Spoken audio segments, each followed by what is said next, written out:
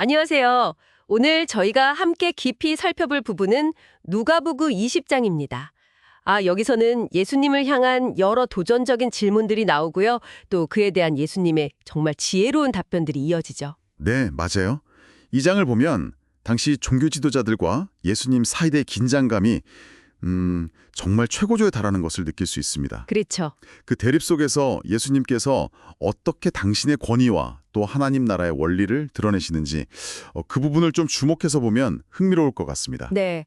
바로 첫 장면부터 아주 그냥 강하게 시작하는데요. 성전에서 가르치고 계셨는데 대제사장들, 서기관들, 장로들까지 와서 다짜고짜 묻잖아요.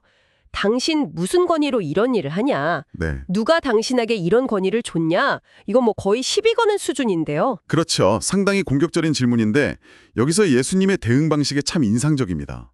직접적으로 내 권위는 이렇다 답하시는 게 아니라 세례 요한의 세례가 하늘로부터냐 사람에게서부터냐 이렇게 역으로 질문을 던지시죠. 맞아요.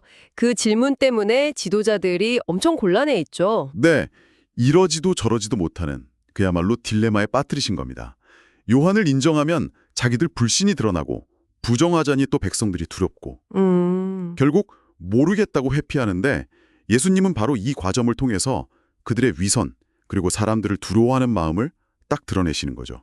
동시에 자신의 권위가 어디서 왔는지도 암시하시고요. 정말 대단한 방식이네요. 그리고 그들의 위선을 드러내신 후에 곧바로 그 유명한 비유를 말씀하시잖아요. 포도원 농부 비유요. 네, 그 비유. 주인이 종들을 보냈는데 농부들이 때리고 내쫓고 마지막엔 아들까지 죽여버리는 이거 들을 때마다 좀 섬뜩해요. 이게 당시 지도자들한테는 어떻게 들렸을까요? 아마 뭐랄까 망치로 한 대 맞은 기분이었을 겁니다. 비유 속의 주인은 하나님, 포도원은 이스라엘, 종들은 예언자들, 그리고 아들은 명백히 예수님 자신을 가리키니까요. 아하. 네, 그들이 계속해서 예언자들을 배척해왔고 이제 마침내 아들, 즉 예수님마저 거부하고 죽일 것이라는 걸 직접적으로 예고하신 거죠. 특히 그 건축자들이 버린 돌이 모퉁이의 머릿돌이 되었다. 이 구절 인용이 굉장히 의미심장하게 들렸겠네요. 그렇죠. 너희가 버리는 바로 그 존재가 하나님 나라의 핵심이 될 거다. 이런 선언이니까요. 이건 뭐 단순한 이야기가 아니라 그들 자신에 대한 심판의 경고였던 셈입니다. 그래서 이 사람들이 이 비유 듣고 예수님 잡으려고 했는데 백성들 눈치 보느라 참았다는 거군요. 네, 맞습니다. 대신 이번에는 더 교묘한 질문을 들고 오죠. 로마 황제 가이사에게 세금을 바치는 문제. 이거 당시 유대인들에게는 정말 민감한 문제였잖아요. 그럼요. 정말 예민했죠. 세금을 내라고 하면 민족 배반자처럼 보일 수 있고 내지 말라고 하면 로마에 반역하는 거니까요. 네. 어느 쪽으로 답해도 딱 걸려들게 만든 아주 교활한 함정이었습니다. 그런데 여기서 예수님의 답변이 정말 기가 막히죠. 네, 가이사의 것은 가이사에게, 하나님의 것은 하나님께 바치라. 이 답변은 정말 그들의 함정을 완전히 무력화시키죠. 그렇죠. 데나리온 동전에 새겨진 가이사의 형상을 보면서 세상 권위에 대한 시민으로서의 의무는 인정해야 한다. 하지만 동시에 모든 것의 주인이신 하나님께 대한 의무는 더 중요하다 하는 것을 딱 구분해서 말씀하신 겁니다. 단순히 세금 문제를 넘어서는 답변이네요. 네, 삶의 모든 영역에서 우리가 궁극적으로 누구의 통치를 받아야 하는가? 그 근본적인 질문을 던지신 거죠. 질문한 사람들도 할 말을 잃었고요. 정말 감탄만 나옵니다. 그런데 여기서 끝나는 게 아니라 이번에는 부하이 없다고 주장하는 사두개인들이 또 나타나죠. 네, 사두개인들. 7 형제와 차례로 결혼했던 여자가 부하라면 도대체 누구 아내가 되느냐. 이런 어떻게 보면 좀 황당한 질문을 하잖아요. 그들은 부활이라는 개념 자체를 좀 조롱하고 논리적으로 말이 안 된다고 주장하고 싶었던 겁니다. 하지만 예수님께서는 그 질문 자체가 잘못된 전제 위에 있다고 지적하시죠.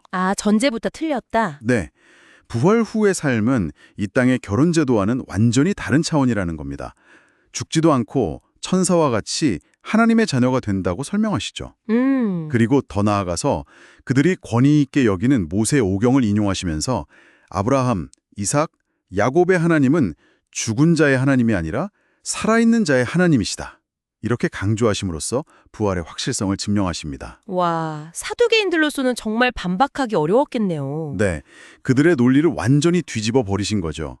인간적인 상상력을 넘어서는 하나님 나라의 실제 모습을 보여주신 겁니다. 자, 이제 마지막 부분인데요. 예수님께서 두 가지 중요한 점을 가시 짚어주시는 것 같아요. 하나는 사람들이 그리스도를 그냥 다윗의 자손으로만 생각하는 것에 대한 질문, 그리고 또 하나는 겉모습만 번지르르 하고 실제로는 약자들을 착취하는 서기관들에 대한 경고. 이 두 가지는 어떻게 연결해서 봐야 할까요? 그리스도가 단순히 다윗 왕가의 후계자 정도가 아니라 다윗 자신도 주님이라고 불렀던 그보다 훨씬 더 높은 신적인 권위를 가진 분이라는 점을 먼저 암시하시는 거죠. 시편을 인용해서요.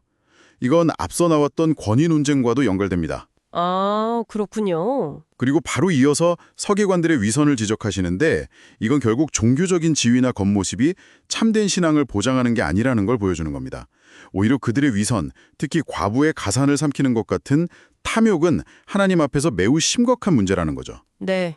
그러니까 진정한 경건함, 하나님 나라 백성의 삶은 그런 외식적인 모습과는 완전히 다르다는 것을 강조하시는 겁니다. 오늘 누가복음 20장을 쭉 따라가 보니 정말 숨막히는 논쟁을 속에서도 전혀 흔들리지 않으시는 예수님의 지혜와 권위가 느껴졌습니다. 권위 문제부터 세금, 부활, 종교적 위선까지 정말 많은 생각을 하게 하네요. 그렇습니다. 이 대화들이 그냥 과거의 어떤 신학 논쟁으로 끝나는 게 아니라 오늘을 살아가는 우리에게도 여전히 중요한 질문들을 던지고 있거든요. 네.